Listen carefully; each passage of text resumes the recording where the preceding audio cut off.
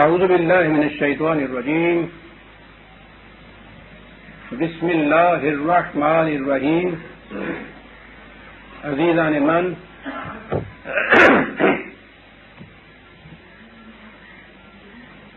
آج جنوری 1972 کی 23 تاریخ ہے اور درس قرآن کریم کا آغاز سورہ الانعام کی آیت 153 سے ہو رہا ہے. 6/153.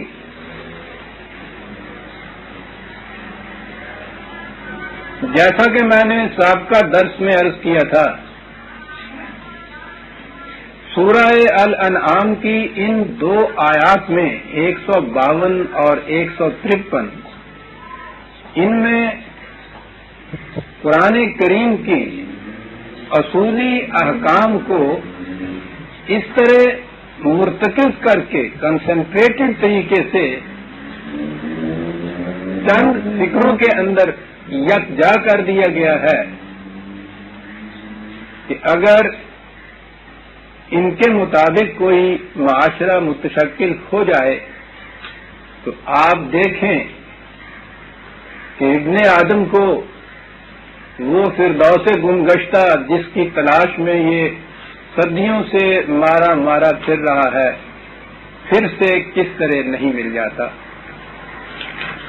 3-4 چیزیں تو پہلے آ گئی تھی، تجدید یادداشت کے لیے انہیں دہرا دوں. پہلی چیز اس نے کہا تھا کہ لا تشرکوا بہ شیئا، اور میں نے عرض کیا کہ خدا کے ساتھ شرک کے معنی یہ ہے کہ انسان اپنے مقام سے آشنا ہو جاتا ہے. مقصد اس کا یہ ہوتا ہے کہ قوانین خداوندی کے علاوہ کسی طاقت و قوت کے سامنے جھکا نہ جائے، کسی اور کی اطاعت نہ کی جائے، کسی کو اپنے سے برتر نہ سمجھا جائے سوائے خدا کے. اور اس کے بعد پھر اس کا نتیجہ جو ہوتا ہے کہ انسان کا قلب خوف اور حزن سے پاک ہو جاتا ہے. یہ اتنی بڑی صحیح حریت اور آزادی اور سرفرازی ہے اور جس کی مثال کہیں سے نہیں مل سکتی. یہ پہلی چیز انسان کی اپنی ذات کے متعلق کہیں. پھر تمدنی زندگی شروع ہوئی تو یہ کہا کہ گھر ایک یونٹ ہے، اس میں ماں باپ یا اور دیگر اقربا عمر کی زیادتی کی وجہ سے جن میں کچھ کمی آ گئی ہو، ان کی اس کمی کو پورا کر کے ان کا توازن برقرار کر دیا جائے، جسے وبالوالدین احسانا کہا ہے. گھر ان کا توازن صحیح ہو جائے گا تو گھر کا توازن درست ہو جائے گا، اور ایک گھر کا توازن درست ہوگا تو معاشرے کا توازن درست ہو جائے گا. اور اس کے بعد یہ کہا کہ یہ تو اوپر جا کے کہا، یعنی جو والدین بڑھاپے تک پہنچ گئے. دوسری طرف بچوں کے متعلق یہ کہا کہ ان کی تعلیم و تربیت کو نگلیکٹ مت کرو، ان کی انسانی صلاحیتوں کو ذبح مت کرو مفلسی کے ڈر سے. تو اب سوال یہ پیدا ہوا کہ اگر کوئی واقعی مفلس ہے تو وہ کرے کیا؟ تو اس نے اپنا نظام بتا دیا کہ یہ نظام قائم ہونے والا ہے قرآن کی روح سے کہ ہر فرد اور اس کی اولاد کے رزق کی ذمہ داری اس نظام کے سر ہوگی. اس لیے سوال ہی نہیں پیدا ہوتا کہ کسی فرد کی اولاد اس لیے محروم رہ جائے تعلیم و تربیت سے کہ اس کے پاس خرچ کرنے کے لیے کچھ نہیں تھا. اور اس کے بعد یہ کہا کہ پھر معاشرے میں فواحش سے مجتنب رہو، خواہ وہ ظاہر کے ہوں یا باطن کے. اور میں نے عرض کیا تھا کہ اس میں محسوس فواحش بھی آتے ہیں اور انسان کے دل میں گزرنے والے خیالات بھی آتے ہیں، اور دوسری طرف پرائیویٹ لائف بھی آتی ہے اور پبلک لائف بھی آتی ہے. اور پھر یہ کہا تھا کہ کسی جان کو ناحق تلف مت کرو. اور اس کے قرآن نے اتنی اہمیت دی ہے خاص طور پہ انسانی جان کی کہ اس نے کہا تھا کہ اگر ایک شخص کی زندگی کو بھی ناحق تلف کر دیا جائے تو یوں سمجھو کہ اس نے پوری انسانیت کو قتل کر دیا. یہ 152 میں تھا. اسی سلسلے میں آگے بات آتی ہے اور اب وہ معاشی نظام کی طرف آتا ہے. انفرادی طور پہ تو اس نے کہا کہ وَلَا تَقْرَبُوا مَالَ الْيَتِيمِ إِلَّا بِالَّتِي هِيَ أَحْسَنُ حَتَّى يَبْلُغَ أَشُدَّهُ. یتیم جن کی حفاظت کرنے والا کوئی نہیں، اگر تم انہیں اپنی حفاظت میں لو حفاظت میں لے کے ان کی پرورش، تعلیم و تربیت تو بہرحال اپنے بچوں جیسی کرنی ہوگی، لیکن ان کا جو مال ہے اسے تم چھو نہیں سکتے، وجود اس کے کہ وہ احسن طریقے پہ ہو. اور اس کے لیے قرآن نے دیگر مقامات میں بتا دیا ہے کہ وہ احسن طریقہ کیا ہے، حتیٰ کہ اس میں یہ کہا یہ گیا ہے کہ تمہیں اس نگہداشت کے لیے اگر تمہارا اپنا انتظام ہے معاش کا اور اس سے کچھ اس پر کچھ اثر نہیں پڑتا تو پھر تو اس میں سے کچھ بھی لینا جائز نہیں ہے. اور اگر کچھ ایسا ہے کہ اس پہ تم وقت صرف کرتے ہو اور اس سے تمہاری اپنی معاش پر اثر پڑتا ہے تو صرف اتنا اس میں سے تم لے سکتے ہو، اس میں بھی اگر نہ لو تو زیادہ اچھا ہے. اب آگے آیا معاشرے کا پورا نظام معاشی جسے آپ کہتے ہیں، اس کے لیے قرآن کریم نے ایسی جامعیت سے ایک اصول دیا ہے کہ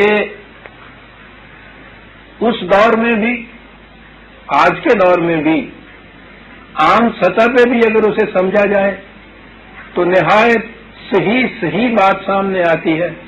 اور اگر بلند ترین اقتصادی سطح یا اکنامکس جسے آپ کہتے ہیں اس پہ دیکھا جائے تو وہاں بھی ایسے اصول اس نے دیے ہیں کہ اس کے مطابق وہ تمام تباہیاں اور خرابیاں جو تجارت کے نصاب میں ڈاکو پن کی پیدا ہو رہی ہیں، آپ کو معلوم ہے نا کہ آج کی تجارت جو ہے وہ تو ڈاکہ ہے، نام اس کا تجارت رکھا جاتا ہے، لیکن ایک جیب کترنے والا، ایک ڈاکہ ڈالنے والا، ایک رہزن بھی اتنا کچھ نہیں لے جاتا دوسرے سے جتنا تجارت کے رنگ میں افراد لے جاتے ہیں اور اقوام لے جاتی ہیں. افراد تو یہ عام کاروباری ہیں، اس سے ذرا اونچے اٹھیے تو کامرس میں بڑی بڑی فرمز ہیں، آگے چلیے تو انڈسٹریل کنسرن آتی ہیں، صنعتی ادارے آتے ہیں، اور اس سے آگے چلیے تو ایک قوم دوسری قوم کو تجارت کے راستے سے جس طرح سے لوٹتی ہے، نچوڑ کے رکھ دیتی ہے دوسری قوم. اسی لیے آپ نے دیکھا کہ قومیں مثلا برطانیہ نے وزیر خاطر ہندوستان تک کی سلطنت کو، مملکت کو چھوڑ دیا، لیکن جہاں ان کی تجارت کے اوپر کہیں حرف آگے پڑتا ہے، کہیں زیادہ آگے پڑتی ہے، اس کے تحفظ کے لیے وہ جنگ تک چھیڑ دیتے ہیں. اس دور میں یہ قزاقی اور رہزنی کا ایک مہذب طریقہ کوٹنگ یہ تجارت ہے. قرآن کریم نے اس کے لیے اس دور میں یہ اصول دیے. اصول تو 4 لفظوں میں ہیں، اوفوا الکیل والمیزان بالقسط. عام ترجمہ تو اس کا یہ ہے کہ ماپ اور تول کے پیمانوں کو انصاف کے مطابق رکھو. لیکن بات بڑی جامع ہے. ماپ اور تول کے معنی اس کے یہی نہیں کہ تم ایک تو ترازو سے تول کے چیزیں دی جاتی ہیں اور ایک مثلا یہ دودھ وغیرہ ماپ سے دیا جاتا ہے، تو اگر سمٹا کے اس کو لیا جائے تو پھر تو یہی چیز ہے کہ ترازو سے تول کے دینے والی چیزیں یا ماپ کے دینے والی چیزیں ان کو عدل کے مطابق صحیح رکھو. لیکن اسی کو اگر آپ پھیلائیں تو آپ دیکھیں گے کہ پوری اقتصادیات، پوری کامرس، تجارت، یہ سب ان 2 لفظوں کے اندر آ جاتا ہے. اور اس کی تشریح قرآن کریم نے مختلف مقامات پہ کی ہے. مثلا سورہ تطفیف میں اس نے بتایا یہ ہے کہ جسے آج کے دور میں یہ نظام سرمایہ داری کہا جاتا ہے، اس کا نتیجہ ہمیشہ تباہی ہوتا ہے. وہ کہنا یہ چاہتا ہے قرآن، نظام سرمایہ داری، ویسے تو ذہن میں ہمارے یہ آتا ہے کہ یہ جو بڑی بڑی دولت اکٹھی ہو جاتی ہے اس کو سرمایہ ہے، یہاں سے سرمایہ داری کہتے ہیں۔ اس کی بنیاد یہ ہوتی ہے کہ محنت کرنے والے کو اس کی محنت کا پورا معاوضہ نہیں دیا جاتا، اور یہی وہ چیز ہے نا جس سے سرمایہ دار کا سرمایہ بنتا ہے۔ ورنہ اگر محنت کرنے والے اس کے پاس نہ ہو اور وہ سرمایہ کو بند کر کے رکھ دے تو سرمایہ بچے تو نہیں دیتا۔ مرغی کے انڈوں سے تو پھر بھی 21 دن کے بعد بچے نکل آتے ہیں، اور روپیہ تو اگر رکھا رہے 10,000 برس تک بھی تو اس میں 1 روپے کا بھی اضافہ نہیں ہوتا۔ یہ سرمایہ کہاں سے بنتا ہے؟ وہ بنتا یہ ہے کہ محنت کرنے والے جو ہیں ان کو پہلے محتاج کیا جاتا ہے، وہ اپنی احتیاج کی بنا پہ اس کے پاس آتے ہیں اور اس کے پروگرام کو وہ کامیاب کرتے ہیں اپنی محنت کی بنا پہ۔ اگر ایسی صورت ہو کہ جتنی کسی نے محنت وہ کی ہے، جو کچھ بھی اس سے پیدا ہوا ہے وہ اس کو دے دیا جائے تو اس شخص کو کچھ نہیں ملتا۔ پھر بھی اس کا راز یہ ہے کہ دوسرے کی محنت سے جو کچھ پیدا ہو اسے اتنا نہ دیا جائے، اور اس سے اگلی چیز یہ ہے، یہ تو محنت ہے، اور محنت جب ہم کہتے ہیں تو اس کے عام معنی لیبر کے ہوتے ہیں، مزدوری کے ہوتے ہیں۔ فزیکل لیبر جسے آپ کہتے ہیں وہی ذہن میں آتا ہے جب آپ مزدور یا محنت کش کہتے ہیں تو۔ لیکن اس نظام میں وہ بھی تو ہیں کہ جن کی عقل و دانش، علم و ہنر، انسانی صلاحیتوں کو بھی خریدا جاتا ہے۔ انجینئر وہ کوئی فزیکل لیبر نہیں کرتا، لیکن اس کا جو ذہنی ہنر اور صلاحیتیں ہیں سرمایہ دار انہیں بھی خرید لیتا ہے۔ تو دونوں چیزیں خریدی جاتی ہیں، اشیاء خریدی جاتی ہیں، محنت خریدی جاتی ہے، انسانی صلاحیتیں خریدی جاتی ہیں۔ خریدی جاتی کے معنی یہ ہے کہ ان کو بہت کم دیا جاتا ہے، اور اس سے زائد جو کچھ وصول ہوتا ہے وہ شخص لے جاتا ہے جو کہتا ہے کہ میں نے اس پہ کیپٹل انویسٹ کیا ہے، سرمایہ لگایا ہے۔ اس طرح سے وہ سرمایہ جو رکھے رہنے سے 10,000 برس میں بھی 1 پائی اس میں اضافہ نہیں ہوتی۔ اس طرح سے جب اس سرمایہ کی بنا پہ ان کی محنت اور صلاحیتوں کو خریدا جاتا ہے تو وہ سرمایہ بڑھتا چلا جاتا ہے۔ اسے کہتے ہیں سرمایہ داری کا نظام، جس کو مٹانے کے لیے قرآن آیا تھا۔ ویل للمطففین 83 ہے، یہ سورت کا نام ہی مطففین ہے۔ کہا ہے کہ یہ نظام بلاخر تباہ ہو کے رہتا ہے۔ کیا نظام؟ نظام تطفیف اسے کہیے، مطفف قرآن میں لفظ کہا ہے۔ یہ مادہ جو ہے وہی توئے سے کا، اب تو آپ جانتے ہیں نا مادہ کیا ہوتا ہے، جہاں سے یہ قرآن کے یہ عربی کے الفاظ بنتے ہیں اور جن کے انتخاب سے پھر قرآن مرتب ہوا۔ یہ میں نے عرض کیا تھا کہ عربوں کے ہاں زندگی تو بڑی سادہ تھی، لیکن ان کی زبان میں بڑی گہرائی اور بڑی وسعت تھی۔ توئے سے اس کے ایک معنی تو ہوتے ہیں اونٹنی کو اس طرح سے اس کے پاؤں کو باندھ دینا کہ وہ پوری رفتار سے نہ چل سکے، بلکہ اس کا جو پروگرام ہے، اس کی جو اسکیم ہے، صرف اس کے مطابق اسے چلنے دیا جائے۔ آپ دیکھتے ہیں کہ یہ پابندی جو ہے کتنی گہرائی میں یہ بات چلی جاتی ہے۔ یہ جتنے بھی ہنر مند، دانش مند، صلاحیتوں والے ہیں، کتنے بھی محنت کرنے والے ہیں، ان کو آزاد نہیں چھوڑا جاتا۔ ان کو کیپٹلسٹ اپنے نظام کے اندر باندھ لیتا ہے، وہ ان سے اسی انداز کا کام لیتا ہے جس کا وہ خود چاہتا ہے۔ انہیں آزادی حاصل نہیں ہوتی، کسی بھی بکی ہوئی شے کو آزادی حاصل نہیں ہوتی۔ تو بات تو یہ تھی بنیادی کہ وہ اسے باندھ لیتے تھے کہ وہ آزاد نہ ہونے پائے۔ اب یہاں سے آپ دیکھیے کہ قرآن نے یہ ایک لفظ اس سے، انہوں نے ہی ایک لفظ اس سے قائم کیا تھا، قرآن نے استعمال کیا ہے، اور آگے چل کے بات آئے گی کہ استعمال کہاں کیا ہے۔ پھر اس کے معنی یہ ان کے ہاں ہوتے تھے ایسی اونٹنی کہ جو ناتمام بچہ جن دے، بچہ اس کے پیٹ میں بھی رہے اتنا عرصہ، یہ ساری کچھ اس کی پرورش بھی ہو، محنت بھی ہو، لیکن وہ ناتمام بچہ وہ جنے۔ یہ محنت کش کی محنت کا معاوضہ جو ناتمام شکل میں اس کو دیا جائے، یہ ہے جسے تخفیف کہا جاتا ہے۔ میں نے عرض کیا نا عزیزان من، قرآن سمجھنا ہو تو عربی زبان کے اس انداز سے ان کو سمجھیے، اور پھر یہ بات سمجھ میں آتی ہے کہ یہ کیوں یہی ایک زبان تھی جو اس کی حامل ہو سکتی تھی۔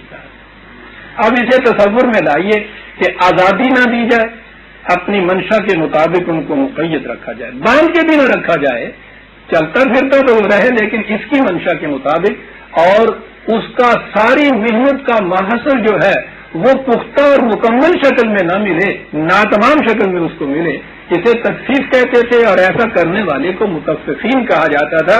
اور قرآن نے کہا یہ ہے کہ ویل للمتففین، اس قسم کا نظام قائم کرنے والوں کا انجام تباہی ہے۔ بظاہر نظر آتا ہے کہ صاحب اس نظام میں تو دن بدن دولت زیادہ ہوتی چلی جاتی ہے، بڑی خوشحالی ہوتی ہے، بڑی فارغات والی ہوتی ہے، بڑی پراسپیرٹی ہوتی ہے، پھر نیشنل انکم اس کو کہا جاتا ہے، فریب در فریب دیے چلے جاتے ہیں۔ چند افراد چند خاندانوں کی دولت کو جمع کر کے قوم کی آبادی کے اوپر پھیلا دیا جاتا ہے، اور پھر کہا جاتا ہے کہ یہاں پر کیپیٹا انکم اتنی آتی۔ یہ سب فریب ہیں، وہ ناتمام بچہ ہوتا ہے جو ان کو ملتا ہے بیچارے، یہ بندے ہوئے ہوتے ہیں اس میں۔ ویل للمتففین، وہ کہتا ہے کہ یہ نہ سمجھو کہ پراسپیرٹی حاصل ہو رہی ہے، تباہی ہے اس کا انجام۔ اب دیکھیے خود ہی اس نے بتایا کہ متففین ہوتے کون ہیں۔ الذین اذا اکتالوا علی الناس یستوفون واذا کالوہم او وزنوہم یخسرون۔ کیا بات ہے!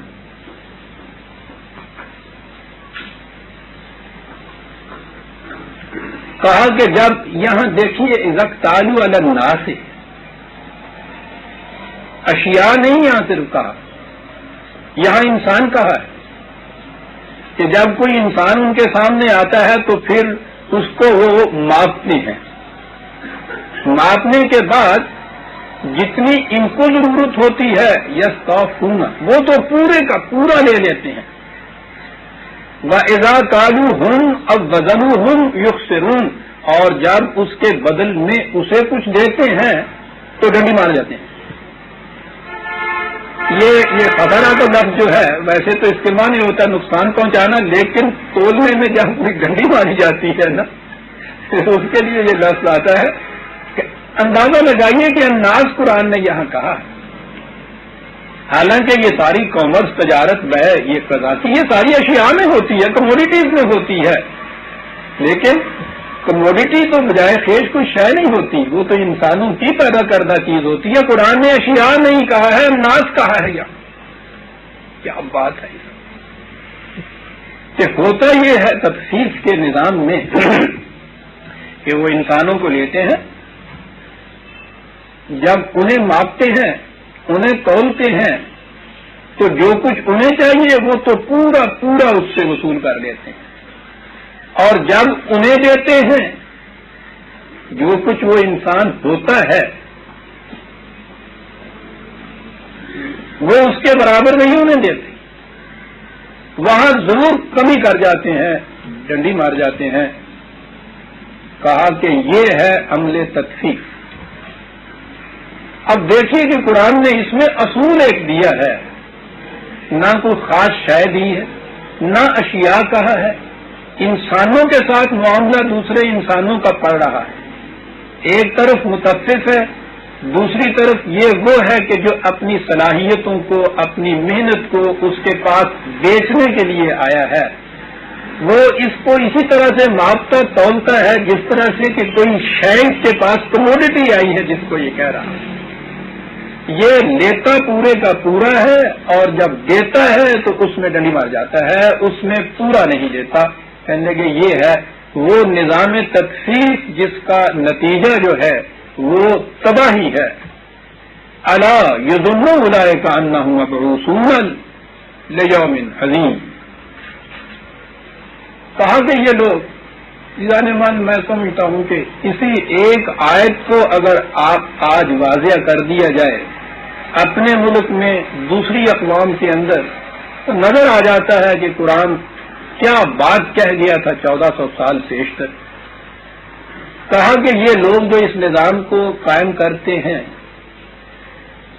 یہ مبعوثون یا بعث وغیرہ کے لفظ جو قرآن میں آئے ہیں، میں نے عرض کیا تھا نا کہ قرآن کریم کے یہ تراجم ہمارے جو مبنی ہیں ان تفاسیر پہ جو ہماری نظام سرمایہ داری کے زمانے میں لکھی گئی تھی، یہ صحیح مفہوم نہیں دیتے.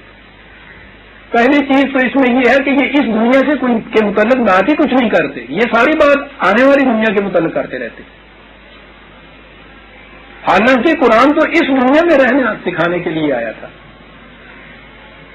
یہ الگ بات ہے کہ یہاں کے رہنے کا اثر جو ہے وہ ایک جوئے رواں کی طرح مسلسل چلتا ہے، اس زندگی میں بھی آنے والی زندگی میں بھی. لیکن بات تو یہاں سے شروع کرنی چاہیے، قدم زمین پہ ٹکانے چاہیے.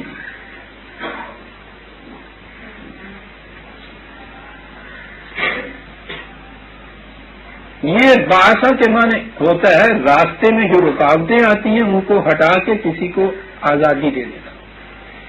کسی کی راستے میں جو رکاوٹ آئے اسے ہٹا دینے کے معنی میں آتا ہے. وہ ٹھیک ہے کہ زندگی کے راستے میں موت ایک رکاوٹ جو آتی ہے اس کو ہٹا دیا جائے تو زندگی آگے بڑھ جاتی ہے، اس معنی میں بھی یہ آئے گا اگلی زندگی کے لیے. لیکن اس دنیا میں جو قدم قدم کے اوپر رکاوٹیں آتی ہیں ان کے لیے بھی تو یہ لفظ آئے گا. آپ کو معلوم ہے کہ باس پارٹی جو ہے یہ وہی لفظ ہے جس نے اپنے لیے فریڈم موومنٹ کے لیے یہ لفظ وہاں آیا. میں صحیح عربی زبان کا یہ لفظ اس کے لیے آتا ہے. کہا ہے کہ یہ جو اس طرح سے تخفیف کے ذریعے سے نظام سرمایہ داری کے ذریعے سے پراسپیرٹی اس قدر ترقی حاصل کرتے ہیں بجان خیش، کیا وہ سمجھتے ہیں کہ انہیں راستے سے ہٹایا ہی نہیں جائے گا؟ یہ انسانیت کے کارواں کے راستے میں روک بن کے کھڑے رہیں گے ہمیشہ کے لیے، یہ ہٹائے ہی نہیں جائیں گے راستے سے. کیا یہ اس ذہن میں باطن میں بیٹھے ہیں کہ ہماری جڑیں بڑی زمین میں گڑی ہوئی ہیں، پہاڑوں کی طرح ہم اٹل کھڑے ہیں، کوئی نہیں جو ہمیں اپنے مقام سے ہٹا سکے؟ کیا یہ اس ذہن میں باطن میں ہے کہ ہمیں کوئی راستے سے ہٹا ہی نہیں سکے گا؟ غلط ہے. یہ راستے سے ہٹائے جائیں گے. لیوم عظیم، ایک عظیم انقلاب آئے گا جس میں سے یہ راستے سے ہٹائے جائیں گے. کب وہ انقلاب آئے گا؟ کیسے وہ انقلاب آئے گا؟ ایک سطر میں بات کہہ دی، ایک فکرے میں بات کہہ دی.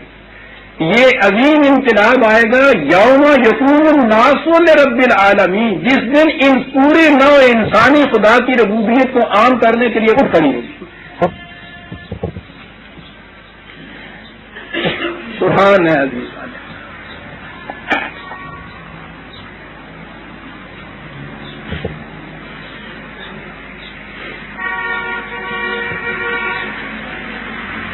یہ اس دن راستے سے ہٹائے جائیں گے. یہ سنگے گراں جو انسانیت کے کارواں کا راستہ روکے کھڑے ہیں، آگے بڑھنے نہیں دیتے، پہاڑوں کی طرح اٹل سمجھتے ہیں. اب اس استعارے سے آپ دیکھیں قرآن نے جہاں کہا ہے کہ اس دور میں یہ پہاڑ روئی کے گالے کی طرح اڑتے ہوئے نظر آئیں گے، کالہن منفوش، یہ کیفیت سوریت الجبال اپنے مقام سے یوں چلتے ہوئے دکھائی دیں گے تمہیں. یہ ساری چیزیں جو قرآن کہتا جا رہا ہے، یہ ہٹائے جائیں گے راستے سے. یوم عظیم، بہت بڑے انقلاب کے دن. یوم یقوم الناس لرب العالمین، جس دن پوری انسانیت جس دن ماس موومنٹ کی حیثیت سے خدا کی ربوبیت کے عالمینی کو عام کرنے کے لیے اٹھ کھڑی ہوگی، یہ راستے سے ہٹا دیے جائیں گے. اس طرح سے ویل للمطففین ہمارے سامنے آ جائے گا. اس نظام کی تباہی اب یہ جو دو لفظ یہاں کہے تھے وَأَوْفُوا الْكَيْلَ وَالْمِيزَانَ بِالْقِسْطِ، آپ دیکھیے اس کی تشریح کس طرح سے ہوتی ہے. اور میں نے عرض کیا برادران دین، قرآن سمجھنے کا طریقہ یہ ایک تو محاورہ عرب، یہ دیکھیے کہ وہ جو الفاظ ہیں اس عربی مبین میں کن معنی میں یہ استعمال ہوتے تھے اس دور میں، اور دوسرے تصریف آیات یہ دیکھیے کہ قرآن کے دیگر مقامات میں اس خاص موضوع کے متعلق کیا کہا گیا ہے. دو چیزیں سامنے لے آئیے، کسی اور چیز کی ضرورت ہی نہیں رہتی، قرآن نکھر کے سامنے آ جاتا ہے. یہ جو کشمکش ہے اس نظام سرمایہ داری کے خلاف، اس ربوبیت عالمینی کی، یہ کوئی نئی چیز نہیں ہے. جب سے بھی انسان کی تمدنی زندگی شروع ہوئی اور اس میں وہ جو پہلا نظام تھا وَكُلَا مِنْهَا رَغَدًا حَيْثُ شِئْتُمَا، یہ نظام وہ ہو کہ جہاں کسی کو بھوک لگے وہاں اس کے کھانے کے لیے ہو، اور وہ صرف پیٹ بھر کے اپنا کھائے، اس سے زیادہ جمع نہ کرے. یہ تھی ابتدائی جنت کی زندگی جسے آدم کے تمثیلی بیان میں بیان کیا گیا تھا. اس کے بعد جب وہ اس سے احبطو میں اس سے تنزل ہوا، اسے نیچے گرا اس مقام سے یہ، تو وہاں پھر بعضکم لبعض عدو، مفاد آپس میں ٹکرائے ایک دوسرے کی، لکیریں کھینچی گئی، میری اور تیری کی صورت ہوئی. اب وَكُلَا رَغَدًا حَيْثُ شِئْتُمَا کی کیفیت نہ رہی. اپنی لکیر کے اندر اگر کچھ مل سکتا ہے تو کھا سکتا ہے، اس لکیر سے باہر کہیں نہیں کھا سکتا. اور پھر جن کے پاس بڑی لکیریں ہیں، یہ نہیں کہ وہ صرف پیٹ بھر کے کھائے گا، اپنا پیٹ تو اس کا ایک چپاتی سے بھر جاتا ہے، پھر وہ گودام کے گودام اپنے بھر کے رکھے گا مفاد پرستی کے لیے. یہ نقشہ ہوا بعضکم لبعض عدو. اور اس کے بعد جب اس پہ افسردگی چھائی کہ اب یہ اس کا نتیجہ تو وہ یفسد فی الارض ویسفک الدماء ہے، خونریزیاں ہیں، فساد ہے. کہا نہیں، کوئی بات نہیں ہے. اما یاتینکم منی ھدی فمن تبع ھدایا فلا خوف علیہم ولا هم یحزنون. اس کا علاج خدا کی طرف سے ہدایات جو آئے گی اس کے مطابق نظام معاشرے کا اگر قائم کر دو گے تو پھر کوئی خوف اور حزن نہیں ہوگا. تو یہ وہاں سے بات چلی ہے جب سے انسان نے تمدنی زندگی شروع کی. اس گروہ کی مفاد پرستیوں نے یہ نظام قائم کیا کہ ہر محنت کرنے والے کی محنت کو سلب کیا، اور خدا کی طرف سے وہ ہدایت آتی رہی، وہ جس کا وعدہ پہلی آیت میں کیا گیا تھا. یہ ہے نظام رشد و ہدایت جسے کہتے ہیں حضرات انبیاء کرام کی طرف سے علیہم السلام آتا رہا ہے. یہی کہتے رہے. تفصیل میں جانے سے تو بات بڑی ہوگی. میں ہر نبی کے متعلق یہ چیز قرآن نے دی ہے کہ اس نے آ کے یہ کیا کہا. حضرت شعیب کے متعلق علیہ السلام قرآن نے بڑی وضاحت سے ایک بات کہی ہے. یہی جو چیز یہاں الفاظ آئے ہیں،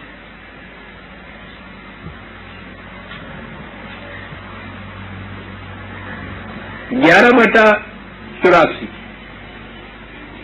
11/84 وَإِذَا مَدْيَنَ أَخَاهُمْ شُعَيْبًا قَالَ يَا قَوْمِ اعْبُدُوا اللَّهَ مَا لَكُمْ مِنْ إِلَٰهٍ غَيْرُهُ. ہر رسول کی تعلیم کی ابتدا، نقطہ ماسکہ، بنیاد اس پہ ہوتی تھی کہ خدا کے سوا اقتدار کسی کا نہیں. بنیادی چیز ہے یہ. اب آگے وہ تعلیم پیش کرتے ہیں وَلَا تَنْقُصُوا الْمِكْيَالَ وَالْمِيزَانَ إِنِّي أَرَاكُمْ بِخَيْرٍ وَإِنِّي أَخَافُ عَلَيْكُمْ عَذَابَ يَوْمٍ مُحِيطٍ.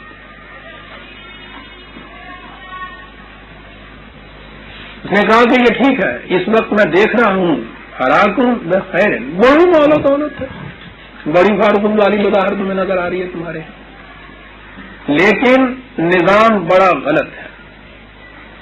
میں تمہیں کہتا یہ ہوں، وہی الفاظ ہیں لا تنقصوا المکیال والمیزان، مکیال والمیزان، ماپ تول کے اپنے پیمانوں میں کمی نہ کرو.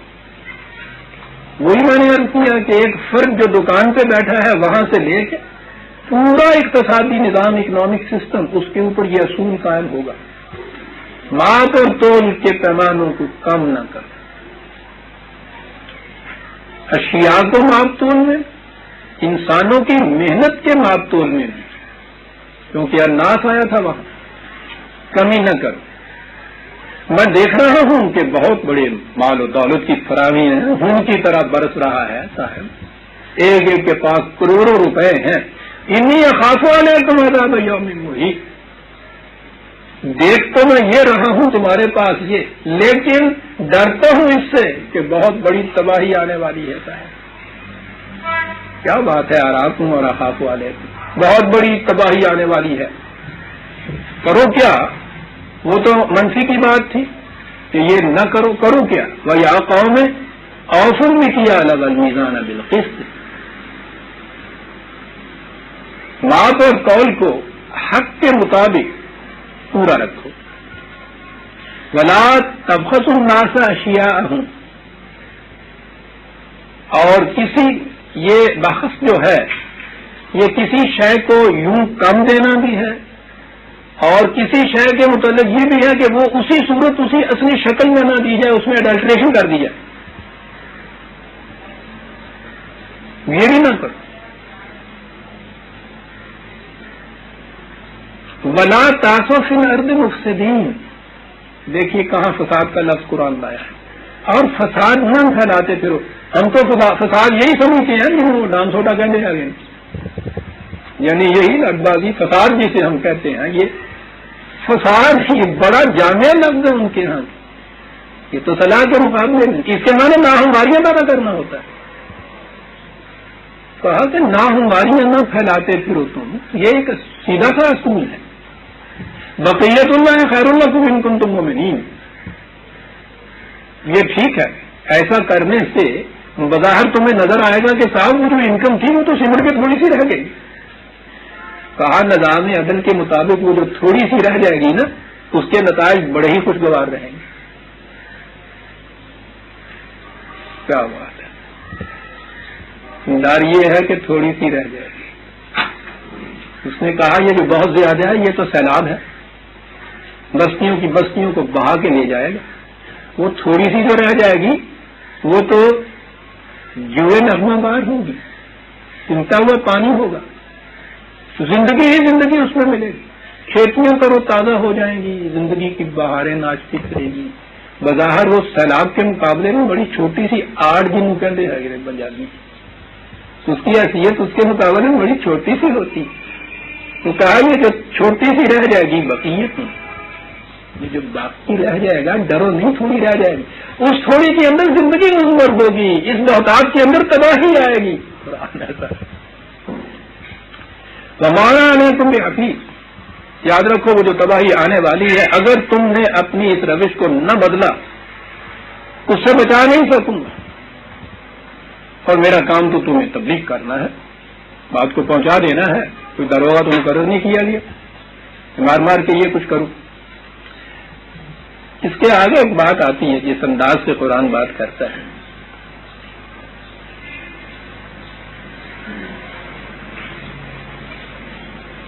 قرآن کا انداز یہ عزیزان من، اور یہ بلاغت کا انتہائی اعجاز ہوتا ہے، یہ جو انداز ہوتا ہے نا، ادب سے دلچسپی رکھنے والے، شاعری سے دلچسپی رکھنے والے احباب اس کو اپریشیٹ کریں گے، قرآن کا ایک انداز ہے، اور انداز ہوتا ہے میں نے کہا انتہائی بلاغت میں، اسے ایمائیت کہتے ہیں، سجیسٹیونیس، یعنی ساری کہانی یوں کھول کے نہ بیان کر دینا، اس انداز سے اسے بیان کیا جائے کہ درمیان میں گیپ آئے،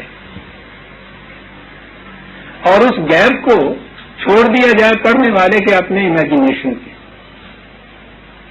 وہ اس سے اس گیپ کو پور کرے اور ساری بات سمجھ میں آ جائے، بڑا ہی لطیف کا رایا ہوتا ہے، لطیف اور مشکل ہوتا ہے، سہل ممتنع جس کو کہتے ہیں، مشکل اس لیے ہوتا ہے کہ اگر وہ گیپ اس قسم کا ہے کہ میرا امیجنیشن کسی اور نتیجے پہ پہنچاتا ہے، دوسرے کا اور پہنچاتا ہے، تو یہ نقص ہوتا ہے اس کا، یا اس قدر اس پہ مشکل ہو، محنت کرنی پڑے کہ وہ اسی میں گم ہو کے رہ جائے، جیسے وہ بہت بڑا کوئی حساب کا سوال نکال رہا ہے ریاضی کا، پھر وہ بات نہیں رہتی، وہ سہل ممتنع کہتے یہ ہے کہ وہ کہنا تو بڑا ہی مشکل ہو، سمجھنا بڑا ہی آسان ہو اس کا، اور وہ درمیان میں ایک گیپ، یہ انداز بڑا لطیف ہوتا ہے، اور یہ جو بڑے ہی بلندی پہ پہنچے ہوئے شاعر یا ادیب ہیں، ان کے اسلوب میں، ان کی انشاء میں یہ بات ہوتی ہے. بات تو اسی طرف چلی جائے گی، ورنہ میں آپ کو کئی شعروں سے بتاتا. مثلاً ایک ہی شعر بات سمجھ میں آ جائے گی. غالب اس معاملے میں بہت اونچا ہے.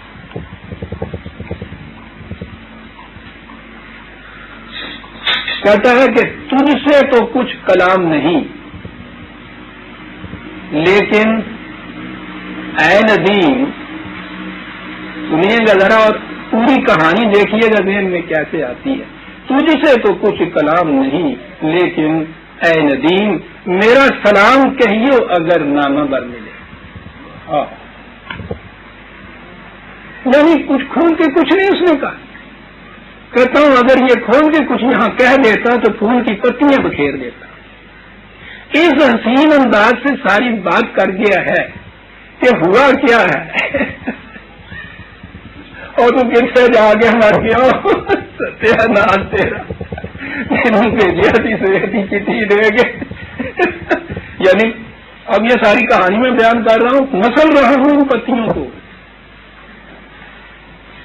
اب پھر سنیے، امیجنیشن پہ چھوڑنا. تجھ سے تو کچھ کلام نہیں، گھٹن کی کہنا پائی. ہاں، تجھ سے تو کچھ کلام نہیں، لیکن اے ندیم کوئی گالی نہیں جتنی ہو نہیں چل رہا. میرا سلام کہیے اگر ماما بس میں. اسے کہتے ہیں عزیزان من ایمائیت، سجسٹیونیس. بڑی خوبصورت اور پیاری چیز ہوتی ہے. قرآن سمجھنا ہو تو اس انداز کو بھی سامنے رکھیے گا. مسلسل کہانی نہیں کہتا، کہانی میں اس طرح سے گیپ چھوڑتا ہے. اس میں سجسٹیونیس ہوتی ہے بڑی بلیغ انداز. مثلاً یہ آیت جو میں آپ کے سامنے لا رہا ہوں، بات یہاں کہی ہے کہ حضرت شعیب نے ان سے یہ کہا کہ یاد رکھو یہ انداز تمہارا بڑا غلط ہے، یہ نہیں ہونا چاہیے. کہا قالو یا شعیب اصلاتوں کا طاہروں کا ان نترو کا ما یعبد آباؤنا او ان نفعل فی اموالنا ما نشاء. شعیب یہ تیری نماز کس قسم کی ہے جو ہمیں ایک طرف یہ بھی کہتی ہے کہ جن کو ہمارے آباء و اجداد نے صاحب اقتدار بنایا تھا انہیں چھوڑ دیں، اور اگلی بات یہ تمہاری نماز کس قسم کی ہے جو ہمیں کہتی ہے کہ ہم اپنے مال میں بھی اپنی مرضی کے مطابق کچھ تصرف نہیں کر سکتے. یہ کس قسم کی نماز ہے؟ اب دیکھیے وہ گیپ جو ہے آپ کے ہاں کہانی پوری ہو جاتی ہے. نظر آتا ہے کہ انہوں نے جو اپنی تبلیغ کے لیے دعوت کی آواز اٹھائی، انہوں نے سمجھا کہ یہ ایک مذہبی قسم کا اللہ والا کوئی بندہ آ گیا ہے. کہتا یہ ہے کہ دیکھو بھائی تم دخل نہ دو جو میں کرتا ہوں، مجھے صرف نماز کی اجازت تو دے دو نا بھائی، اس میں تو کچھ نہیں. تو انہوں نے کہا کہ اس میں تو کوئی چیز ہے ہی نہیں، یہ تو کوئی چیز مضر ہوتی نہیں ہے، اس میں نقصان ہی نہیں ہوتا. کسی نے اپنی بھکتی کر لی، بندگی کر لی، ڈنڈوت کر لیا، پرستش کر لی، پوجا کر لی اپنے اپنے طور پہ، ہمارا کیا بگڑتا ہے؟ تو انہوں نے کہہ دیا کہ ہاں صاحب ٹھیک ہے، ہم اجازت دیتے ہیں تمہیں صلاۃ کی. آپ کو معلوم ہے عزیزان من، مذہب کے اندر صلاۃ جب نماز ہو جاتی ہے کوئی معترض نہیں ہوتا. انگریز کے غلامی کے زمانے میں بھی نماز کی اجازت تھی، آج ہندو بھی وہاں نماز کی اجازت دے رہا ہے آپ کے یہاں. جو یہ نہیں دیکھ سکا ہے کہ پاکستان کی مملکت ایسی وسیع رہے، اس کے تو ٹکڑے کر دیے. اپنے ہاں کے مسلمانوں کے نماز میں تعرض قطعاً نہیں کر رہا ہے، کیونکہ وہ مذہب کی نماز ہے. یہی انہوں نے سمجھا ہوگا، اس لیے کہ وہ قوم تو دین کو ابھی جانتی نہیں تھی، مذہب کی بات تھی. انہوں نے صلاۃ کی بات کہی ہوگی، انہوں نے کہا کہ کوئی حرج نہیں صاحب ٹھیک ہے. ہم اپنے یہاں بتوں میں گھنٹی وینٹی بجا دیتے ہیں، یہ اپنے کہیں خانقاہ میں مسلح پہ نکر میں بیٹھ کے کوئی یوں کر لیا کرے، ہم کر لیا کرے، ہمارا کیا بگڑتا ہے؟ آپ نے دیکھا یہ ساری کہانی. انہوں نے کہا کہ شعیب تو ہم نے تو یہ سمجھا تھا کہ تم نماز پڑھنے کے لیے ہم سے کچھ اجازت مانگ رہے ہیں، یہ تمہاری نماز قسم کی ہے، کس قسم کی ہے کہ وہ ہمیں اس کی بھی اجازت نہیں دیتی کہ ہم اپنا مال اپنی مرضی کے مطابق خرچ کر سکیں. عجیب قسم کی صلاح ہے. آپ نے دیکھا دین کی صلاحت اور مذہب کی نماز میں فرق کتنا. یہ جو کچھ کہہ رہے ہیں حضرت شعیب ان سے، کہ اپنے اقتصادیات کو اس نظام میں رکھو، یہ معاشی نظام غلط ہے، یہ صلاحت ہے ان کی. کہا انہوں نے صرف یہی ہے کہ ہم تو یہ سمجھے تھے اور تمہاری صلاحت یہ عجیب قسم کی صلاحت ہے. عزیزان مان، صلاحت اس نظام کو کہتے ہیں جس میں ہر فرد قانون خداوندی کے پیچھے چلتا جائے. اسی کی ایک منیچر فارم چھوٹے پیمانے کے اوپر ایک شکل ہے جو اجتماع صلاحت کہلاتا ہے. کہ قرآن نے کہا یہ ہے کہ صلاحت کے اجتماعات کا انتظام رکھو، وہ امروں ہوں شورا بینا ہوں، کیونکہ تمہارے معاملے باہمی مشاورت سے طے ہونے ہیں. اب دیکھا صلاحت کا نظام اجتماع جو ہے وہ کیا ہو گیا. انہوں نے کہا کہ شعیب یہ تمہاری صلاحت عجیب قسم کی کہ اب تم لگے ہو یہ بھی کہنے کے لیے کہ کاروبار یوں کرو، ماپ تول یوں رکھو، نظام معیشت یوں قائم کرو، تجارت اس طرح سے ہو سکتی ہے، ایسے نہیں ہو سکتی. اور یہ سارا کچھ نظر آتا ہے نا کہ انہوں نے یہ صلاحت کے نام سے یہ سب کچھ کہا ہے، اس لیے انہوں نے صلاحت کے متعلق کہا ہے کہ یہ عجیب قسم کی صلاحت ہے. جی باقی رہا یہ کہ صاحب محنت کشوں کی محنت تم لے جاتے ہو، ان کا پسینہ کسور کے لے جاتے ہو، کیا طنز ہے. ان کا لا انت الحلیم الرشید، ہاں سارے جہاں کا درد تمہاری جگر میں ہے. جی بہت بڑے آ گئے یہ غریبوں کے اور محنت کشوں کے ہمدرد جو ہیں کہیں کے. جاؤ جاؤ اپنا کام کرو، تم ہی رہ گئے. ان کا لا دیکھیے کیا سنا اگر ان کا ہی کاری تھا یہ کتنی بڑی چوک تم کرنے دوں. ہاں تو ہی رہ گئے بڑا نالو خراب کے دو ان کا لام تک. ہاں اور ایک تم صرف، اور کوئی نہیں، صرف ایک تم رہ گئے ایسے بڑے درد خواہ، بڑے غمگسار، بڑے رقیق القلب رشید اور بڑے سمجھدار، بڑے عقل والے. ایک طرف تو یہ کیفیت کہ درد اور غم اتنا، دوسری طرف یہ کہ یہ سارے یہ نظام معیشت یہ بڑی ٹیکنیکل چیز ہے، ہم جانتے ہیں. تم اس میں بھی کہتے ہو کہ نہیں سر بہت زیادہ عقل مند، رشادت اس کی بھی تمہارے حصے میں آ گئی. اور تمہیں کیا پتا ہے کہ یہ کیا چیزیں ہوتی ہیں. کہا کہ ہاں مجھے یہ پتا ہے اتنا کہ محنت کش کو اس کی محنت پوری نہ دی جائے تو نتیجہ تباہی ہوتا ہے، یہ میں سمجھتا ہوں، یہ تم نہیں سمجھتے. وَأَوْفُوا الْكَيْلَ وَالْمِيزَانَ بِالْقِسْطِ میں کہہ رہا تھا.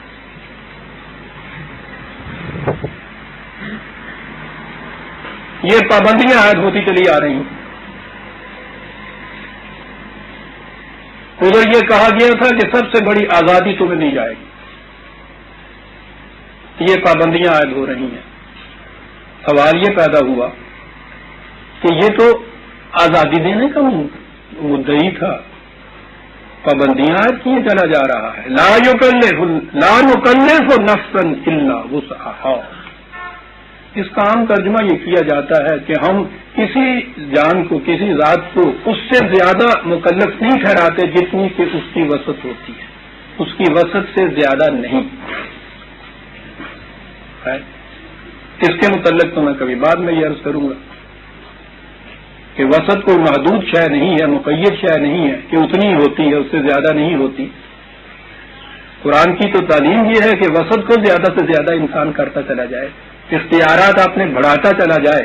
ٹھیک ہے، اس اعتبار سے آپ کہیے کہ اپنے اختیارات کو، اپنی وسعتوں کو، اپنی صلاحیتوں کو بڑھاتے چلے جائیے، اس کے مطابق تمہارے اوپر فرائض یا ذمہ داریاں عائد ہوں گی. یہ بھی ہے، لیکن یہاں جو بات کہی اور دیگر کئی مقامات پہ بھی کہی ہے اس کے معنی اور ہیں کچھ.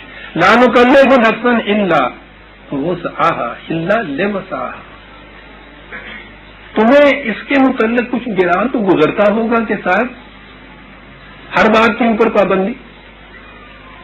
یہ پابندیاں ہم اس طرح ایسے نہیں عائد کرتے جیسے کچھ تھانے دار، کچھ داروغہ پابندیاں عائد کر رہا ہوتا ہے. ہم یہ پابندیاں عائد کرتے ہیں کہ ان پابندیوں سے تمہاری ذات کی اختیارات میں وسعتیں پیدا ہوتی چلی جائیں. یہ ایک عجیب فارمولہ قرآن نے بتایا ہے اور آج کی سائیکالوجی اس کی تصدیق کرتی ہے. یہ آپ نے نہریں تو دیکھی ہیں، یہ چلتی ہیں، یہ کم از کم کو 500-700 میل کے فاصلے سے شروع ہوتا ہے دریا یا نہر جس میں سے نکلتی ہے. اور اتنا لمبا فاصلہ وہ طے کرتی ہوئی چلی جاتی ہے. آپ کو مت پتا ہے کہ اس کی روانی جو ہے کس چیز سے کام لیتی ہے.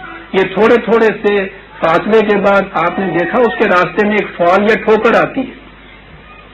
یہ فیروزپور کے پل کے سامنے وہاں پتھر گاڑ دیے جاتے ہیں.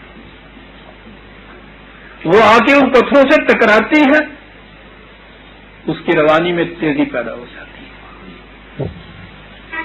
یہ جو اس قسم کی بظاہر پابندیاں ہوتی ہیں وہ انسانی ذات کی جوئے روان پہ ایک ٹھوکر کا کام دیتی ہیں, جن سے ٹکرا کے اس کی رفتار اور تیز ہو جاتی ہے. یہ ساحل ہوتے ہیں جن کے اندر پانی رہتا ہوا ایک نہر کی شکل اختیار کرتا ہے, جس سے فائدے ہی فائدے ہوتے ہیں. یہ ساحل ٹوٹ جاتے ہیں تو وہ پانی سیلاب بن جاتا ہے جو تباہی ہی تباہی لاتا ہے.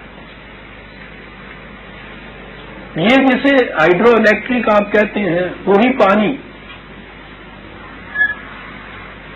پوری نہر کی شکل میں بہتا ہوا چلا جائے, اس میں یہ قوت ہوتی نہیں. اس کو سمٹا کے جب ایک پائپ کے اندر سے گزارا جاتا ہے اور اوپر سے نیچے کو بہایا جاتا ہے تو اتنی بڑی قوت اس کے اندر ہوتی ہے, بہت بڑی ٹربائن ہوتی ہے جس کو وہ اس سے چلاتا چلا جاتا ہے. یہ جو ان چیزوں کو کسی ساحلوں کے اندر پابند کرنا ہوتا ہے, یہ ہے جو قرآن کریم کی یہ پابندیاں بظاہر جو آپ کو نظر آتی ہیں کہ یہ تو ہماری آزادی کے راستے میں پابندیاں نہیں, تمہاری صلاحیتوں کو کنسنٹریٹ کر کے کسی نقطے کے اوپر مرکوز کرتا ہے, تمہاری ذات میں اس سے اور زیادہ وسعتیں پیدا ہوتی چلی جاتی. نیش ود از جبر پیدا اختیار. یہ آج یہ سائیکاٹرسٹ وغیرہ یا سائیکو انالیسس والے جو ہیں, میں ادھر جاؤں تو آپ کو کبھی بتاؤں گا, یہ علاج کرتے ہیں اب ان طریقوں کے اوپر جن کو آپ کہتے ہیں ایک خاص پابندی لگانے کے بعد پھر اس کو چھوڑ دینا, پھر پابندی لگانا, پھر اس کو چھوڑ دینا. اس طرح سے اس میں ایک خاص توانائی ابھرتی ہے. لا نکلف نفسا الا وسعها, درمیان اور پھر اس کو چھوڑ دینا, پھر پابندی لگانا, پھر اس کو چھوڑ دینا. اس طرح سے اس میں ایک خاص توانائی ابھرتی ہے. لا نکلف نفسا الا وسعها. درمیان میں یہ کہا کہ یہ نہ کہو کہ صاحب کتنی پابندیاں لگا دی اور ہمیں تو جکڑ کے رکھ دیا, جکڑ کے نہیں رکھ دیا. قانون کا انتظام یا پابندی عزیزان من معاشرے کی صلاحیتوں کو بڑا ہی نکھارتا ہے, بڑی وسعتیں دیتا ہے. جب معاشرے میں لاقانون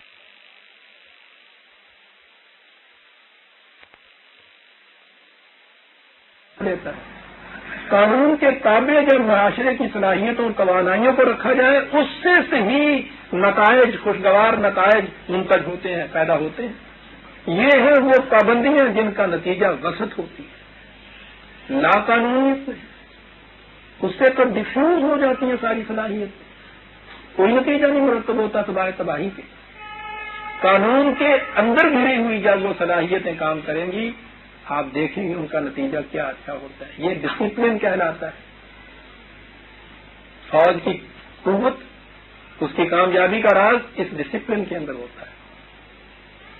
آپ سوچیں کہ اگر فوج کو اوپر سے لے کے نیچے تک ہر ٹیر میں, ہر درجے میں, مثلاً آگے سب سے جو سپاہی ہے اس کو ہی اگر اس کی آزادی دی جائے کہ وہ جو جی میں آئے کرے, ذرا نقشہ سمجھ لائیے اس فوج کا کہ جس کے ہر سپاہی کو یہ آزادی ہو کہ وہ جو جی میں آئے کرے. میں کہتا ہوں خرابی کی نیت سے نام ہی کرے, بڑی حسن نیت سے اپنی طرف سے یہ سمجھ کے کرے کہ ہاں صاحب یہی بہتر ہے. لیکن ذرا سوچیے اس فوج کی کیفیت کیا ہوگی کہ جس کے ہر سپاہی کو یہ اجازت ہو کہ یہ نہیں کہ جو اوپر سے انسٹرکشن یا حکم ملا ہے اس کے مطابق کرے, بلکہ وہ جو بہتر سمجھتا ہے کرے. یہ جو پابندی عائد ہوتی ہے الا وسعها, جس سے انسانی ذات میں وسعت پیدا ہوتی ہے. درمیان میں یہ کیا کہ پھر آگے بڑھ گیا, پھر آگے, پھر پابندی. وَإِذَا قُلْتُمْ فَعْدِلُوا وَلَوْ كَانَ ذَا قُرْبَىٰ, جب بھی کوئی بات کرو, کہو یا کرو, دونوں چیزیں آ جاتی ہیں. عدل کو ملحوظ, عدل کے مطابق کر، خواہ وہ کتنا ہی قریبی کیوں نہ ہو۔ عام طور پہ تو عدل کرتے ہی رہتے ہیں۔ پانی وہاں مرتا ہے جہاں کوئی چیز کوئی قریب ہو۔ قریب کے معنی اب یہاں رشتہ داری کی قربت نہیں ہے، کسی انداز سے بھی وہ جو قریب ہو جائے وہاں عدل کا دامن چھوڑتا ہے آدمی، خواہ وہ رشوت کے ذریعے قریب ہو جائے، خواہ وہ سفارش کے ذریعے قریب ہو جائے، خواہ وہ دوستی کے ذریعے قریب ہو جائے، خواہ وہ رشتہ داری کے ذریعے سے قریب ہو جائے، عدل چھوڑتا ہے انسان اس وقت جب ہر ایک اتنے ڈسٹینس کے اوپر رہے، ایکوی ڈسٹینس جسے آپ کہتے ہیں، اس وقت انسان خود عدل کرتا ہے۔ یہ جو قرآن نے کہا تھا نا کذالک جعلناکم امۃ وسطا لتکونوا شہداء علی الناس، جس سے عام طور پہ کہا گیا کہ تمہیں ہم نے ایک درمیانے درجے کی امت بنا دیا ہے تاکہ تم نو انسانی کے اعمال کی نگرانی کرتے رہو، تو یہ وسطاً کے یہ معنی نہیں ہے درمیانے درجے کے معنی، اس کے معنی یہ ہوتے ہیں کہ جو جس طرح سے کہ مرکز یا سینٹر دائرے کے سرکمفرنس سے محیط سے کسی نقطے سے دیکھیے وہ ایکوی ڈسٹینس ہوتا ہے، یکساں فاصلہ اس میں ہوتا ہے، کبھی نہیں ہوتا کہ کسی سے وہ قریب ہو کسی سے وہ بعید ہو۔ کہا کہ تمہارا مقام اس دنیا کی قوموں میں یہ ہے کہ ہر فرد اور ہر قوم تمہارے نزدیک ایکوی ڈسٹینس کے اوپر ہو، اب کوئی قریب نہیں کوئی بعید نہیں، اس لیے عدل تو اس کا لازمی نتیجہ ہو جائے گا۔ یہی چیز قرآن نے یہاں کہی ہے۔ یاد رکھو عدل کا دامن اس وقت ہاتھ سے چھوٹتا ہے جب یہ نقطہ کسی سے قریب ہو جاتا ہے کسی سے بعید ہوتا ہے، اور آپ کو پتا ہے کہ پھر اس دائرے یا سرکل کا حلیہ کیا بگڑتا ہے۔ ذرا سوچو تو صحیح کہ یہ جو سرکمفرنس ہے اس میں کچھ حصہ کوئی حصہ اس سینٹر سے قریب ہو جائے کوئی بعید ہو جائے، پھر یہ دائرہ رہے گا کیا بنے گا کہ یہ زندگی کا دائرہ پاکستان کا معاشرہ بن جائے گا۔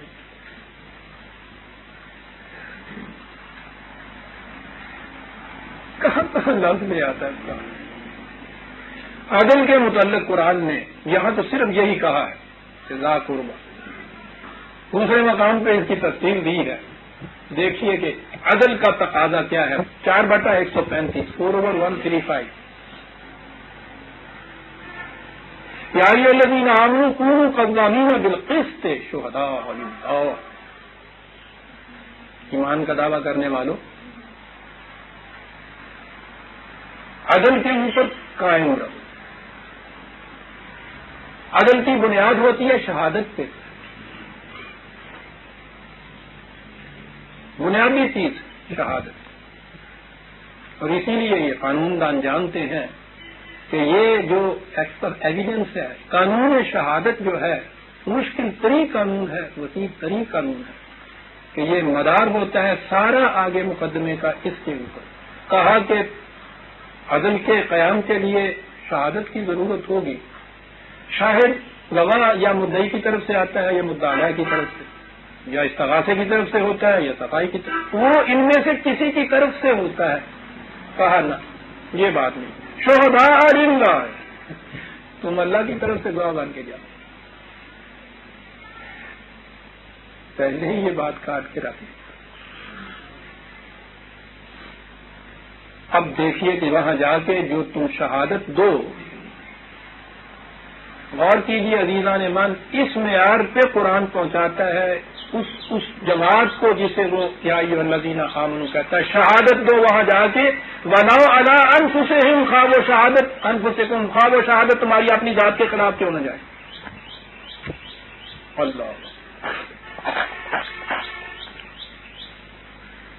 یہ ہے عدل، یہ ہے شہادت، اپنے خلاف شہادت دو۔ اویل والدین، تمہارے ماں باپ کے خلاف کیوں نہ جائے، والاقربین، ہمارے رشتہ داروں کے خلاف کیوں نہ جائے، ان یکن غنیا او فقیرا، پارٹیوں میں سے کوئی دولت مند ہو کوئی غریب ہو، فلاح ہو اولا بہما، یہ بات نہیں ہے کہ ان میں سے کوئی ایک اپنی دولت کی وجہ سے تمہارے قریب ہو جائے گا ذہنی طور پہ، وہ تم سے بعید ہو جائے گا، کچھ نہیں. اللہ کے لیے تم تو گئے ہو گواہ بن کے، اور اللہ کے نزدیک یاد رکھو یہ جو ہے یہ سب برابر ہے گواہی کے لیے جب جاؤ. کوئی کسی قسم کا کنسیڈریشن اس میں نہیں آنا چاہیے. فلا تتبعوا الهوى ان تعدلوا، پھر تمہارے ذاتی جذبات کہیں اس چیز کے اوپر غالب نہ آ جائیں کہ تم عدل سے کام نہ لو.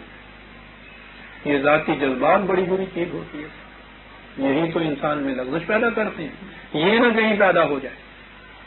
وَإِن قَالُوا، یہ بھی نہ ہو کہ وہاں جا کے شہادت تو دو لیکن کچھ ایسی ڈپلومیٹک لینگویج استعمال کرو کہ یہ بھی معنی نکلائیں اور وہ بھی معنی نکلائیں.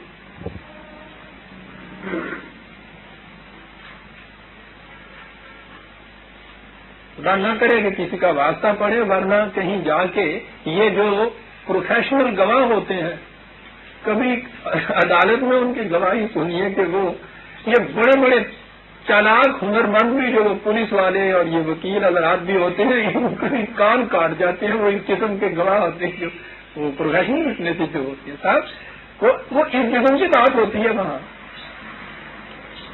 کہا یہ بھی غلط، زبان کو لپیٹ کے بات نہیں کرنا. قولوا قولا سدیدا، جیسے دیوار سیدھی کھڑی ہوتی ہے اس قسم کی بات، زبانی بات نہیں، مبہم بات نہیں، یہ بھی چیز نہیں.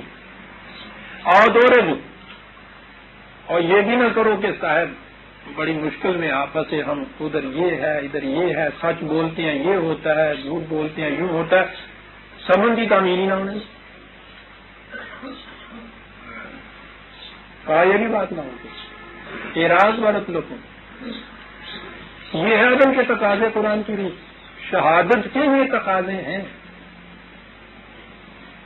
سوچیے عزیزان مان کہ کسی خطۂ زمین میں اگر اس قسم کا کوئی گروہ ہو جائے، وہاں کوئی جرم کسی طرح سے اس کا ارتکاب ہو بھی سکتا ہے، اور کوئی جرم بلا عدل کے رہ نہیں سکتا ہے. صرف شہادت کے لیے یہ چیز تھی. اور وہاں کیا فَإِذَا قُلْتُمْ فَعْدِلُوا وَلَوْ كَانَ ذَا قُرْبَىٰ، عدل کرو ہمیشہ. عدل کیا کی ایک شرط قرآن نے ایسی عائد کی ہے کہ دنیا کے کسی کوڈ میں بھی وہ نہیں آپ ملے گی. لَا يَجْرِمَنَّكُمْ شَنَآنُ قَوْمٍ عَلَىٰ أَلَّا تَعْدِلُوا، کسی قوم کی دشمنی بھی تمہیں اس پہ آمادہ نہ کر دے کہ اس کے ساتھ عدل نہ کرے، ورنہ ایوری تھنگ از فیئر ان لا لا. دشمنی اور جنگ کے لیے تو ہر چیز فیئر قرار دی جاتی ہے. لا یجرمنکم شنآن قوم علی الا تعدلوا، کسی قوم کی دشمنی بھی تمہیں اس پہ آمادہ نہ کر دے کہ عدل نہ کرو. فاضلوا ولو کان ذا قربیٰ. اور اگلی بات آئی وَبِعَهْدِ اللَّهِ أَوْفُوا، سب سے بڑی چیز خدا کے ساتھ جو معاہدہ کیا تھا اسے پورا کر. خدا کے ساتھ معاہدہ کے متعلق میں پچھلی دفعہ بھی عرض کر چکا تھا، اور یہ تو بار بار سامنے آئے گی. میں نے عرض کیا ہے نا کہ یہ مسلمان ہونا جسے اب کہتے ہیں، میں پھر دوہرا دوں کہ ہم جو پیدائشی مسلمان ہیں ہمارے لیے تو مسلمان ہونے کا سوال ہی پیدا نہیں ہوتا. ابھی تو ہوئے ہوئے ہیں.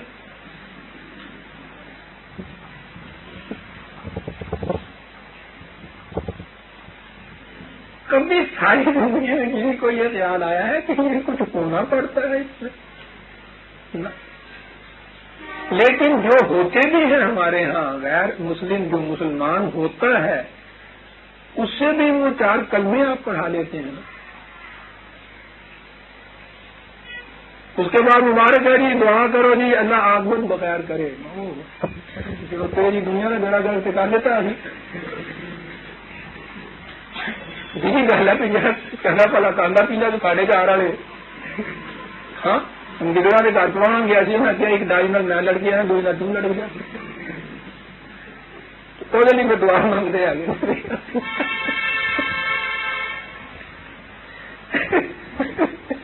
یار میں تو خیر ہو گئے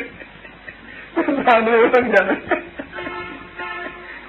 پہلی دعا ادھر ہی مانگے.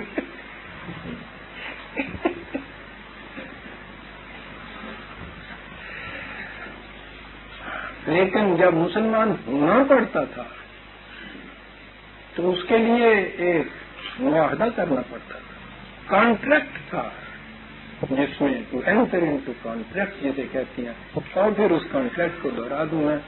وہی تو ہے جی 9/111 9/111 سورہ توبہ کی وہ مشہور آیت,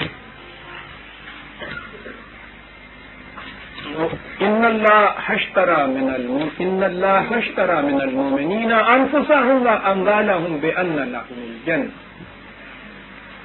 یہ جا کے کہتا ہے کہ میری جان میرا مال یہ بیچنے کے لیے ہے. وہ کہتے ہیں بہت اچھی بات ہے, ہم خریدتے ہیں اسے. قیمت کیا دو گے جی صاحب؟ کہا الجنہ دیں گے, جنت دیں گے.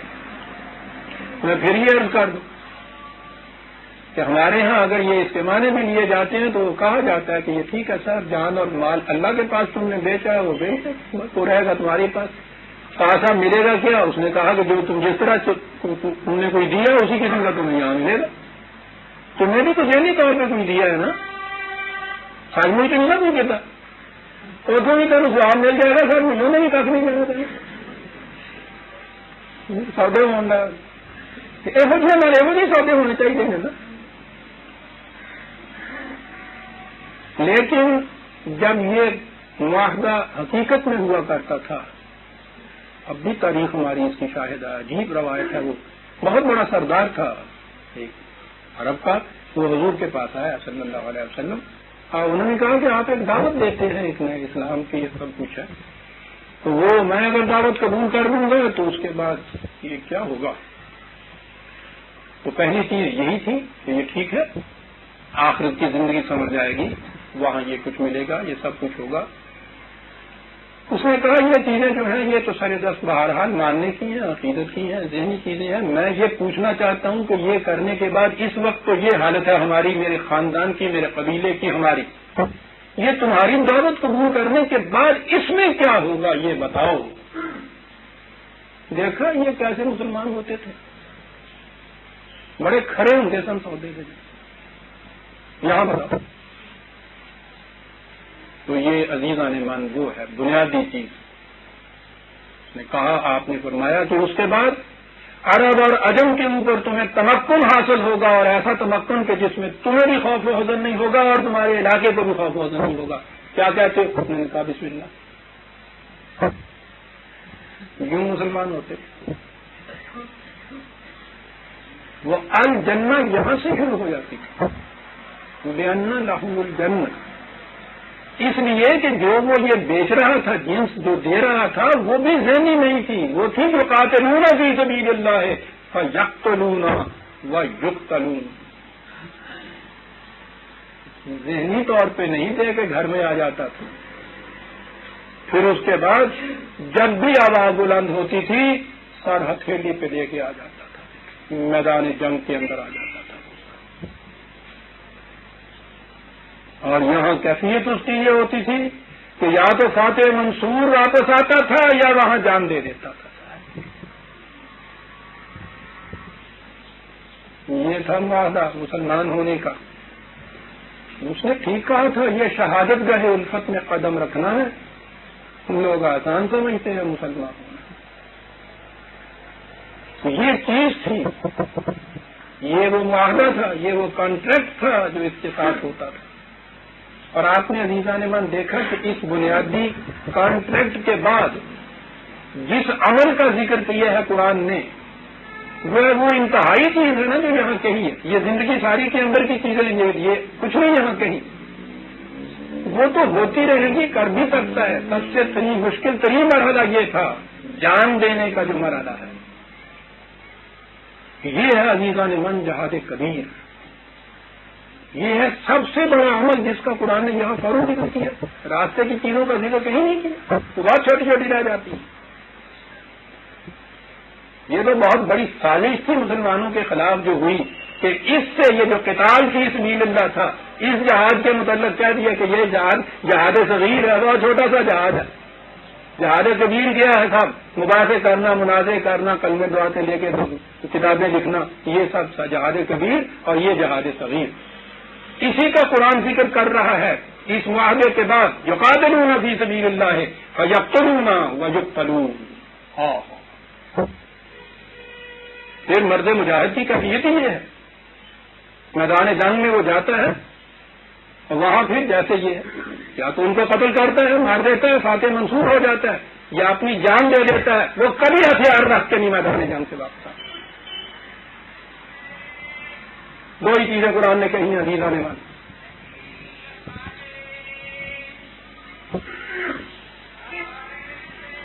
بات دور چلی جائے گی۔ کہا یہ کوئی نئی بات نہیں جو ہم یہ کہہ رہے ہیں کہ اس طرح سے مسلمان ہوا جاتا ہے۔ وعدن علیہ حقا فی التوراۃ والانجیل والقرآن، یہ وعدہ ہے خدا کا۔ وعدن علیہ، بہت ہی بڑی چیز، خدا کے اوپر ایسا کرنا واجب ہے۔ الجنہ دینا یہاں اور پھر اس کے بعد وہاں، یہ خدا کے ذمہ واجب ہے۔ آپ دیکھتے ہیں کہ خدا قادر مطلق، اس جیسا آزاد کون ہو سکتا ہے؟ کوٹل، وہ جینے عائد کرنے والا اپنے اوپر پابندیاں عائد کر رہا ہے۔ جب کہا ہے کہ واجب ہے خدا کے اوپر ایسا کرنا، انسان پہ جو چیزیں واجب ہیں عزیزان مان، اس کو تو اختیار ہے کہ جی چاہے وہ کرے، جی چاہے نہ کرے، تو لہٰذا بولتے خدا نے جو اپنے دل میں واجب قرار دی ہے اس بات، اس کے خلاف تو وہ کر ہی نہیں سکتا۔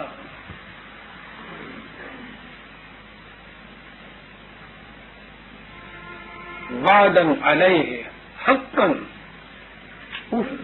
وعدن علیہ حق، بڑی سچی چیز واجب ہے اس کے اوپر، اور یہ چیز جو اس نے کی ہے نئی بات نہیں ہے۔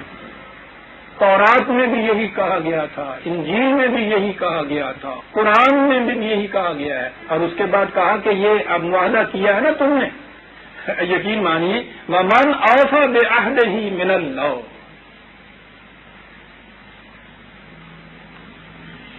اللہ سے بڑھ کے وعدے کا پورا کرنے والا کون ہے؟ تم نے جس پارٹی سے معاملہ کیا ہے بڑی قابل اعتماد پارٹی ہے، یاد رکھیں، وہ کبھی دھوکہ نہیں دے گی، کبھی پھر نہیں جائے گی، یقین رکھیں۔ یہی ہے وہ ایمان مومن کا جس کی بنا پہ وہ اس طرح سے سربکس میدان میں آ جاتا ہے۔ فَاسْتَبْشِرُوا بِبَيْعِكُمُ الَّذِي بَايَعْتُم بِهِ،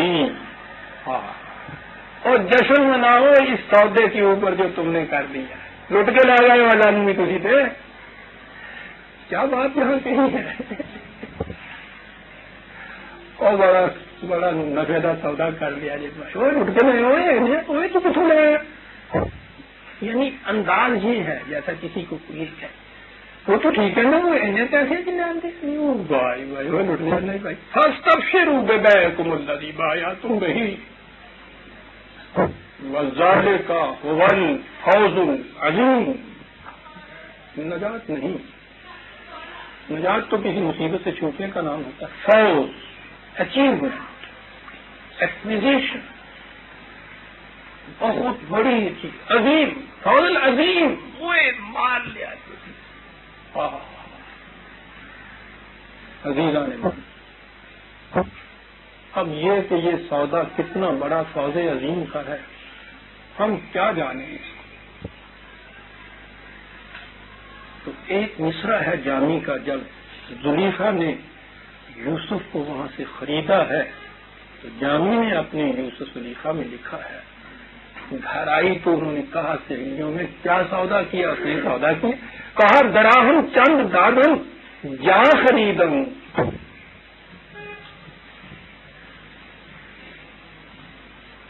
تھوڑے دیر پیسے دیتے، جان خرید کے لے آئی ہوں، تعالی اللہ عجب ارزاں خریدم، تو اللہ نے سو بڑی سستا سودا مارا۔ عزیزہ نے مان کے اس سے پوچھا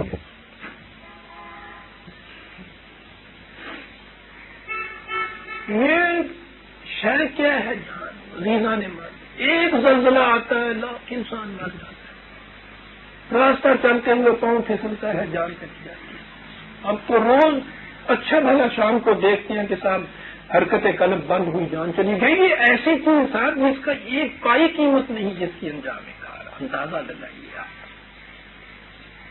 یہ شے جو ہے اسی لیے اس نے کہا تھا کہ جان دی ہوئی اسی کی تھی، حق تو یہ ہے کہ حق ادا نہ ہوا، جان دے کے بھی حق ادا نہیں ہوتا، تو اتنا بڑا سستا سودا اس قسم کی چیز یہ دی جائے اور اس کے مقابل اس کے بدلے میں الجنہ مل جائے کسی کو، کہا بشارت ہو اور مبارکیں ہوں تمہیں اس سودے پہ جو تم نے مار لیا ہے۔ وہ سودا مارنا ایک لفظ ہوتا ہے، خدا کے ساتھ یہ سودا کیا ہے تم نے مار لیا ہے۔ وذالک هو الفوز العظیم، بڑی اچیومنٹ ہے بھائی، آئے بلے بلے بھائی کیا بات ہے بھائی، سودا کیتا نا اس کو ہی سودے کی مار کے لے گیا۔ یہ ہے عزیزان من وبعہد اللہ اوفوا، خدا سے جو تم نے کانٹیکٹ کیا تھا، معاہدہ کیا تھا، اس معاہدے کو پورا کرو۔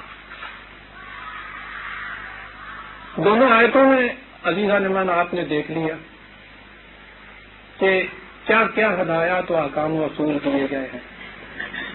سوچئے تو صحیح، ان کے مطابق اگر کوئی معاشرہ متشکل ہو جائے تو الجنہ یہی ملنی شروع ہو جائے گی یا نہیں انسان کی؟ اس سے بڑی اور الجنہ ہوگی کیا؟ سوچئے تو صحیح جو چیزیں کہی گئی ہیں، یہ اگر ہو جائے الجنہ، ذالکم وصاکم بہ لعلکم تذکرون، ان چیزوں کا تمہیں حکم دیا گیا ہے، ان چیزوں کے متعلق تمہیں وصیت کی گئی ہے تاکہ تم غور و فکر کر کے ان کو ایکسپٹ کرو اور پھر ہر وقت اپنے سامنے رکھو۔ تذکرون ذکر یہ ہے قوانین و احکام خداوندی کو ہر وقت اپنے سامنے رکھنا، نگاہوں سے اوجھل نہ ہونے دینا، اس چیز اپنے سامنے رکھو ان چیزوں کو۔ یہ سب کچھ کہنے کے بعد عزیزان من غور کیجئے کیا کہا ہے، وَأَنَّ هَذَا صِرَاطِ مُسْتَقِيمًا، یہ ہے میرا صراط مستقیم، یہ ہے میرا سیدھا راستہ۔ ہر روز 44 دفعہ تم دعائیں مانگتے ہو، اہدنا الصراط المستقیم، مانگ کے چلے جاتے ہو آگے۔ زیادہ سے زیادہ جو زور دیا جاتا ہے اس کے اوپر کہ صاحب اس طرح سے نہیں، صراط المستقیم، صراط المستقیم، ٹھیک ہو گیا، چل رہی۔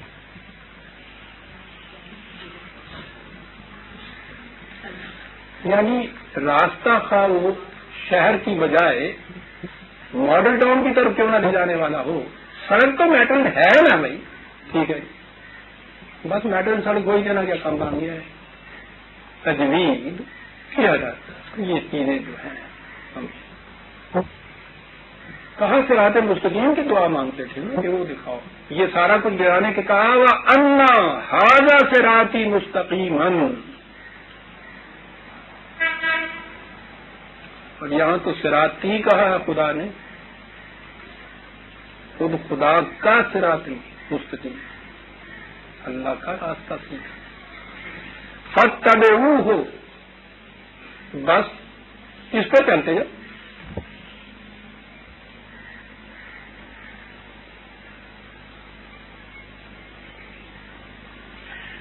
بات یہاں پوری ہو گئی تھی، لیکن اس کی نگاہوں میں ہم بھی تھے، اتنا ہی نہیں کیا کہ خاموش ہو گیا۔ وَلَا تَتَّبِعُوا السُّبُلَ، یاد رکھو اور راستوں کا اتباع نہ کرنا، اس ایک راستے کے اوپر چلنا، اور سبل جو ہیں ان کا اتباع نہ کرنا، ان کے اوپر نہ چلنا، دونوں چیزیں ہیں یہاں، نفی بھی ہے اثبات بھی ہے۔ لا الہ ہے پہلے، جتنے بھی سبل متفرقہ ہیں ان تمام سے منہ موڑو گے تو صراط مستقیم کے اوپر آؤ گے نا۔ صراط شاہراہ ہوتی ہے، ہائی وے ہوتی ہے، سبل وہ پگڈنڈیاں ہوتی ہیں، وہ اس صورت میں سبل حقہ کہلاتی ہے جب تک ڈنڈی صراط مستقیم میں آ کے مل جائے. کہتا متفرق سبل جو ہیں، جو مختلف سمتوں میں لے جانے والی سبل ہیں، ان کا اتباع نہ کر لینا. اگر تم ان کے اوپر چل پڑے فتفرق بکم عن سبیلہ، تو پھر وہ تمہیں اس کی سبل سے، اس کے راستے سے منتشر کر دے گی، تفریق ڈال دے گی اس کے اندر. سوچیے عزیزان من، اس نے ایک ہی راستہ صراط مستقیم اپنا کہا تھا. غور کیجیے تو صحیح، یہ اس کو ماننے والے، اس کے اسلام کے اتباع کرنے کے مدعی مسلمانوں کی جماعت، یہ ایک راستے کے اوپر چل رہے ہیں. کیا یہ صراط مستقیم کے اوپر چل رہے ہیں؟ یہ سبل متفرقہ ہیں جن کے اوپر چل رہے ہیں. تو کیفیت یہ ہوگی کہ نام لینے کے لیے بھی ایک چیز نہیں ہمارے یہاں رہ گی. جیسا میں کئی دفعہ کہا کرتا ہوں، پوچھیے کسی سے بھی کہتا ہوں مسلمان جی الحمدللہ، تو نہیں میں پوچھے آئے گا کئی مسلمان تو میں پتا ہے گا مسلمان تو صحیح ہے گی، اصل گل کا نہیں اگے پتا پہلے تو پتا کہ یعنی شیعہ ہیں یا سنی ہوتے ہیں. صاحب الحمدللہ جی میں سنی ہوتا ہوں. نہیں سنی نہیں، میں پوچھتا یہ ہوں کہ اہل حدیث ہیں آپ یا حنفی ہوتے ہیں، اہل فقہ ہوتے ہیں. تو کہنے لگے میں اہل فقہ ہوں. اہل فقہ میں اچھا آپ حنبلی شافعی ہیں مالکی ہیں یا حنفی ہوتے ہیں صاحب؟ کہ جی میں حنفی ہوں الحمدللہ. اچھا حنفی آپ دو بندی ہیں یا بریلوی ہو؟ ستیا ناچتے ہیں کتنے کھلو گی.